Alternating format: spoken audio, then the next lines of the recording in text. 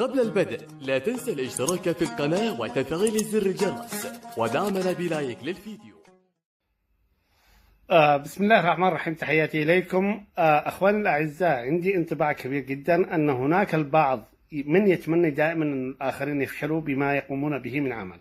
فمثلا على سبيل المثال إن لقينا أن هناك جهود حثيثة لبناء حكومة، سوف نجد أن هناك من يتمني أن تسقط هذه الحكومة أو تفشل هذه الحكومة، وهذا طبعا مرض غريب جدا. لابد أن ندعم أي توجهات مهمة جدا داخل الدولة تحت الشرعية أو السلطة الصنعاء لعملية لملمة الشمل، لأن هذه الأمور تخفف من معاناة الإنسان اليمني، ونحن يجب أن ندعم أي توجهات تخفف من معاناة الإنسان اليمني.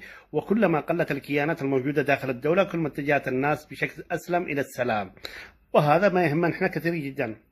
لذلك عندما يتحدث الباقين أن الوقت غير مناسب ونحن في زمن الحرب إلى آخره، أخي العزيز أنت لا تغير وليس لديك إمكانية أن تغير، لابد أن تكون أقلها لديك مبادئ وقيم وتنحاز إليها، هذا أقل الإيمان. بمعنى ذلك حكاية أن تعطي تبريرات لشيء آخر غير واقعي، مثلا على سبيل المثال، أو شيء على سبيل المثال يتناقض مع المبادئ والقيم، تكون بذلك شريك في صناعة هذه الكارثة الموجودة داخل المجتمع. لذلك لماذا لا ننحاز إلى المبدأ أقلها؟ لماذا لا ننحاز إلى العدل؟ لماذا لا ننحاز إلى القيم على سبيل المثال؟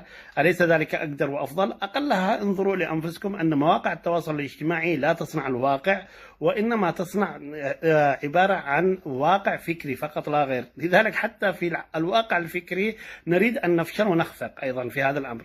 لذلك أعود الآن إلى الموضوع مرة ثانية، ونحاول قدر الإمكان نفهم أنني عندما أرسل رسائل إليكم لا أريد منكم أن تأخذوا كلامي يعني كأنه يعني كلام يعني ليس للنقاش، ولكن يجب علينا أن نفهم بما أن هناك أشخاص مثل البروفيسور أيوب الحمادي يشغلون أنفسهم بالحالة اليمنية، فمعنى ذلك أن هناك الملايين من أبناء اليمن من يشغلون في الغرف المظلمة، والذين يحاولوا فعلا أن يغيروا داخل التركيبة اليمنية إلى الأفضل، الذين يحاولوا قدر الإمكان أن يغلقوا هذه الحرب، الذين يحاولوا قدر الإمكان أن يجمعوا الأطراف اليمنية، الذين يحاولوا قدر الإمكان أن يكون لهم يد في عملية إصلاح هذا المجتمع.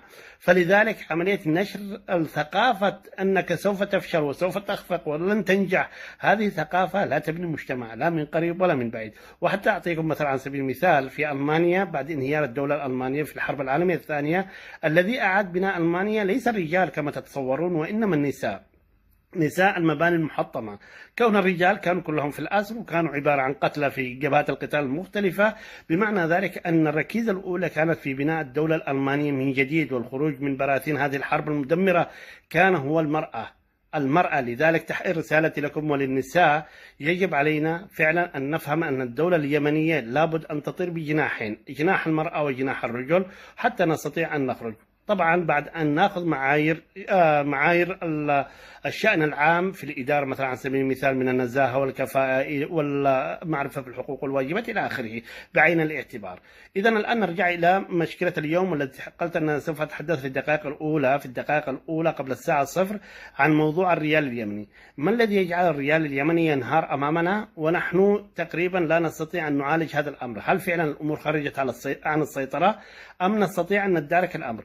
من وجهة نظري أن الأمور لم تخرج عن السيطرة، لا زال يمكن تدارك الأمر بكل الاتجاهات، ولا يجب أن نصدق الكلام الذي يدور في مواقع التواصل الاجتماعي أن هناك تقريبا انهيار شامل وسوف تنهار الدولة اليمنية إلى آخره. هذا كلام غير صحيح لا من قريب ولا من بعيد. الدولة اليمنية لا زالت موجودة ومتماسكة ولديها الإمكانيات أن تنطلق من جديد، لكن لا تنطلق الدولة اليمنية بناس يعني ترتجف قلوبهم وليست لديهم تصورات واضحة المعالم إلى المرحلة القادمة ولا إلى بنائها، ولن تنطلق الدولة اليمنية بأشخاص لا يدركون ما هي الملفات الشائكة والعالقة وكيف يمكن معالجتها.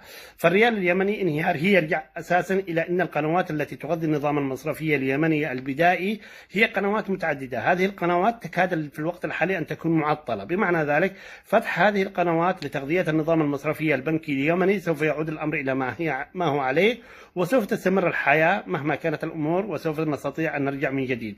المجتمع اليمني سوف يخرج من هذه الكارثة لا محالة، وأنا على ثقة من ذلك. هذه واحدة. إذا نرجع إلى النظام المصرفي اليمني، وقلنا أن هناك قنوات مختلفة تغذي النظام المصرفي. ما هي هذه القنوات؟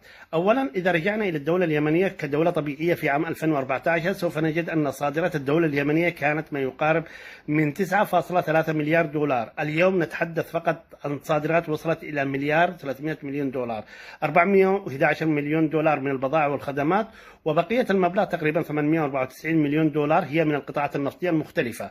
القطاعات النفطية المختلفة، نعم القطاعات النفطية المختلفة، لكن لا يوجد لدينا في الوقت الحالي من القطاعات النفطية إلا قطاعين هم الذي تقريبا نشطين في الوقت الحالي، الذي هو قطاع بترول مسيلة، وإضافة إلى ذلك أعتقد قطاع صافر، والاثنين ينتجون ما يقارب من 24 مليون برميل في السنة.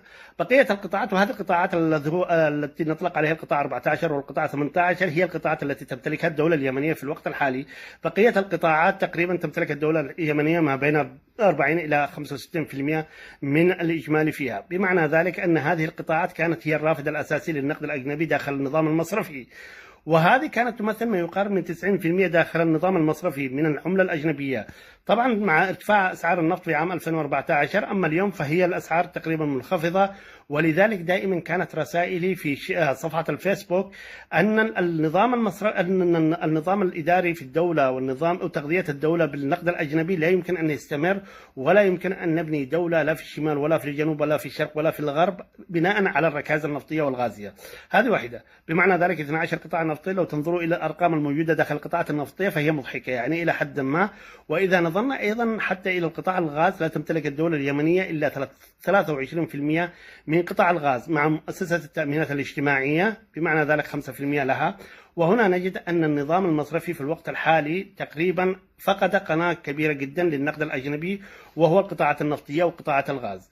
أحدكم سوف يقول كيف قطاع الغاز؟ قطاع الغاز معطل منذ 5 سنوات، وحتى وإن عاد اليوم قطاع الغاز اليوم في هذا التاريخ 14/12 فلم يشاهد النظام البنكي المصرفي أي فائدة من قطاع الغاز إلا بعد سنة من الآن، كون هناك التزامات كثيرة جدا في قطاع الغاز.